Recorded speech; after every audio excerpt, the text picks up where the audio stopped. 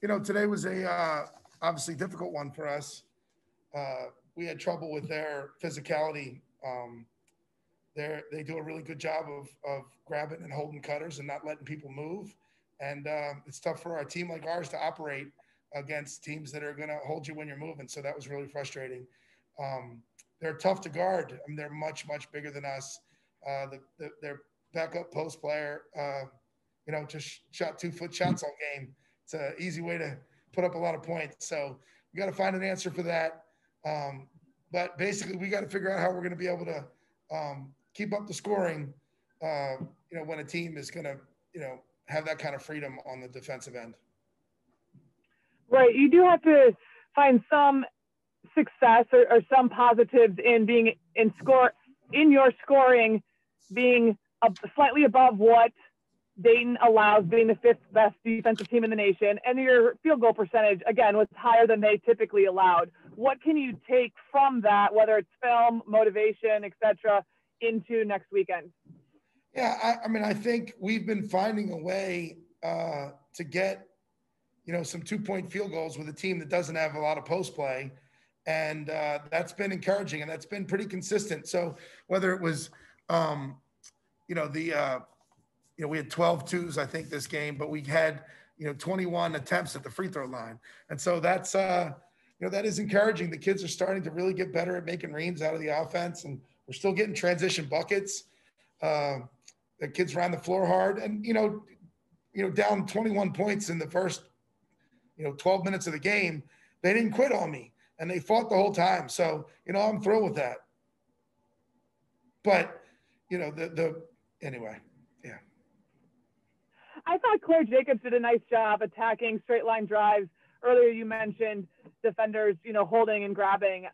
Would you put her in that category as well, or how did she impress you with her 19 points given the physicality of Dayton's defense?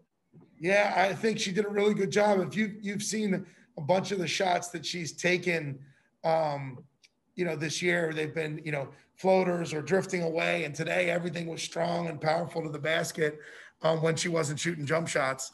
And, I was really pleased with that. I think she was, she fought back a little bit. And then they did start to call stuff in the second and third and fourth quarters. But when you're up 21, it's a little late. But, and still not nearly enough. Like the Dayton plays a different game than we're playing.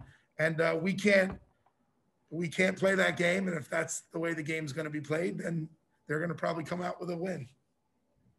Sure. You mentioned just the deficit you started in the hole with, and obviously your kids did not quit, and that's very encouraging. What needs to happen so that you don't start in that deficit, so you can, play from more of an even as opposed to a disadvantage? Play somebody else? I mean, I think the question is, like, I don't feel like we've been starting in giant holes like that. If we can't start in a giant hole like that against Dayton, and never mind. It'll probably be a different set of circumstances when we play them the next time. So hopefully it won't be a big lead. Gotcha. All right, 4 road games, 2 weekends. That's going to be the longest time that you're away. Obviously you're coming back in between, but the longest time without being, without playing here. What's the focus, or is there anything going to change knowing that you're away for 2 weekends? No, can't wait. I'm really excited to get back to work on Tuesday. Players have a day off of school, so we get a little later practice. We won't be at the crack of dawn. And Fordham and Davidson, and VCU and Richmond. Can't wait. Looking forward to it. The games can't come fast enough after two losses in a weekend. So, for sure. Final question: who do you have in the Super Bowl?